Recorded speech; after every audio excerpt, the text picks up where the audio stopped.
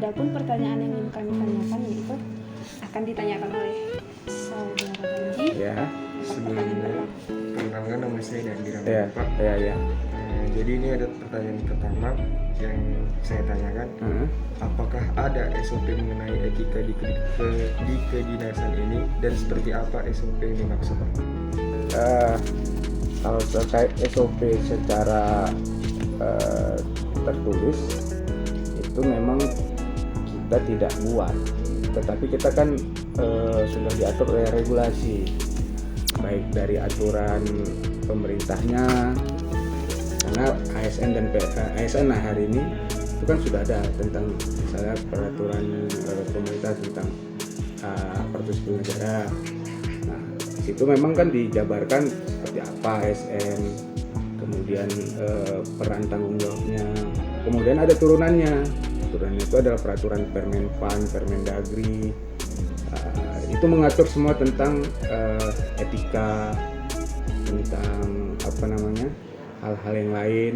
Nah, sehingga kita yang misalnya kayak di pemerintah daerah atau sampai perangkat daerah yang dinas ini, ya, regulasinya dari situ acuannya. Itu kira-kira yang bisa saya jelaskan. Kalau masalah contoh ya, kalau kita bicara tentang peraturan perundangan tentang ASN itu ya banyak, dia ada mengatur tentang reformasi birokrasi, tentang kepegawaian, tentang kearsipan. Nah, jadi di situ jelas itu kan kurang lebih gitu. Untuk pertanyaan selanjutnya ditanyakan oleh saudara Mita. Jadi Pak, di kedinasan ini apakah sudah ada kode etik yang berlaku di kedinasan ini, dan bagaimana bentuk etika pelayanan yang diberikan kepada masyarakat? Baik. Jadi kalau dibilang etikanya, bentar ya, saya pun coba buka aturan bentar.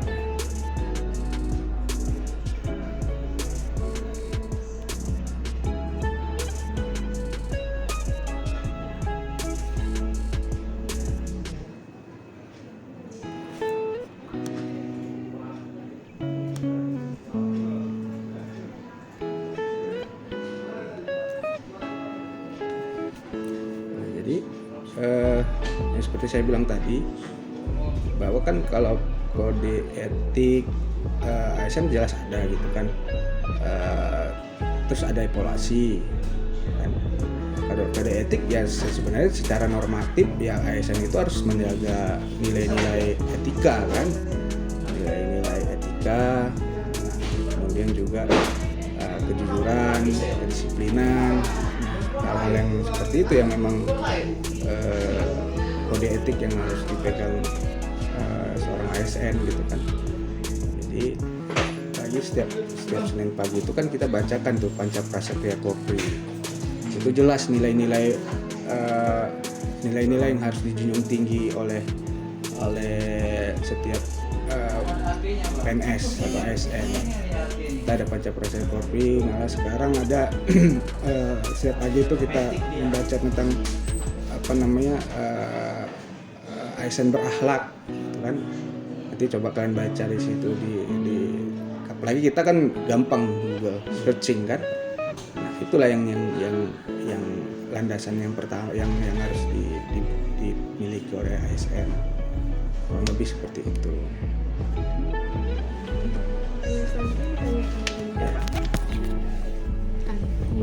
Baru kan Pak, apakah ada pelatihan integritas yang diberikan terkait pelanggaran etik yang terjadi?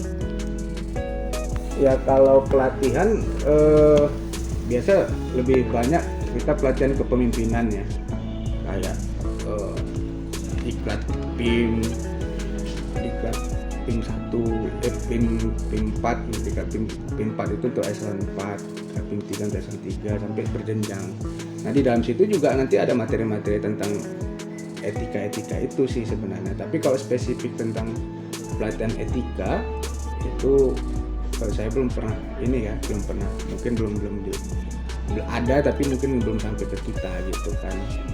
Itu kurang lebih yang saya tambahin juga tadi masalah sanksi ya. Setiap yang PNS dia melanggar aturan yang berlaku ya pasti ada sanksi, sampai sanksi dari sanksi yang ringan, berat, malah sampai pemecatan dengan tidak hormat itu berlaku.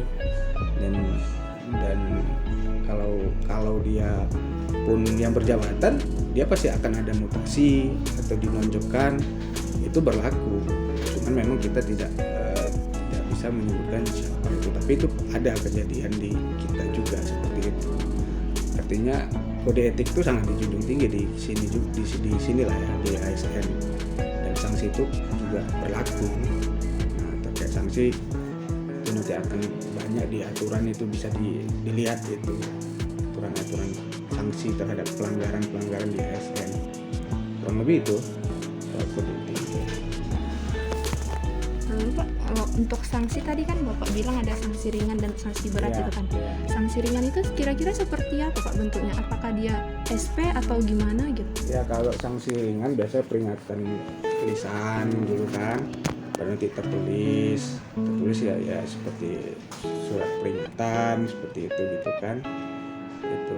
Kalau sanksi beratnya itu langsung pemecatan gitu Pak? Iya, pemecatan, sanksi berat sampai pemecatan. Terus termasuk juga dia penurunan pangkat, kemudian jabatan, malah ada yang sampai nonjok kan misalnya dia. Nah tergantung jenis pelanggarannya lah. Tapi kita juga tidak kita sebagai sebagai orang yang memutuskan itu berat tidak, itu melalui BKD, baik kepala daerah, ada tim yang menilai seseorang ASN itu melakukan pelanggaran berat, ringan, sedang gitu kan. Jadi ada mekanismenya lah. Nah, saya memang belum ini juga kan belum. Tapi pada prinsipnya di regulasi ASN itu semua jelas kok. Saya bilang tadi kan tentang birokrasi, reformasi birokrasi, kepegawaian, tentang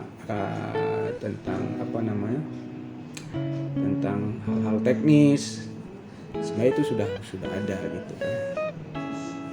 Gitu dia.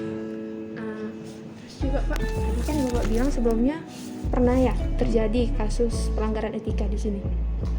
Pelanggaran etika? Iya. Apakah pernah terjadi? Kalau pelanggaran etika, ya secara etika ya saya rasa di sini belum seperti yang gimana gitu, nggak ada yang seperti apa kira-kira Pak? Ya kalau etika itu kan hal-hal yang mungkin yang dibilang etika itu kan secara normal ya. Ya itu makanya saya bilang tadi sebenarnya tidak ada etika yang dilanggar secara apa, banyak kan masalah disiplin. Ya. Itu yang banyak di sini, disiplin misalnya ya jarang hadir misalnya gitu kan. Ya kalau ini pun sekarang kalau jarang hadir rugi sendiri pegawainya, karena kita sudah pakai sistem aplikasi kinerja kan. Kalau dia tidak ada dipotong di aplikasi, jadi nanti pendapatan dia di bulan udah terhitung, ada pemotongan kan. Nah, gitu.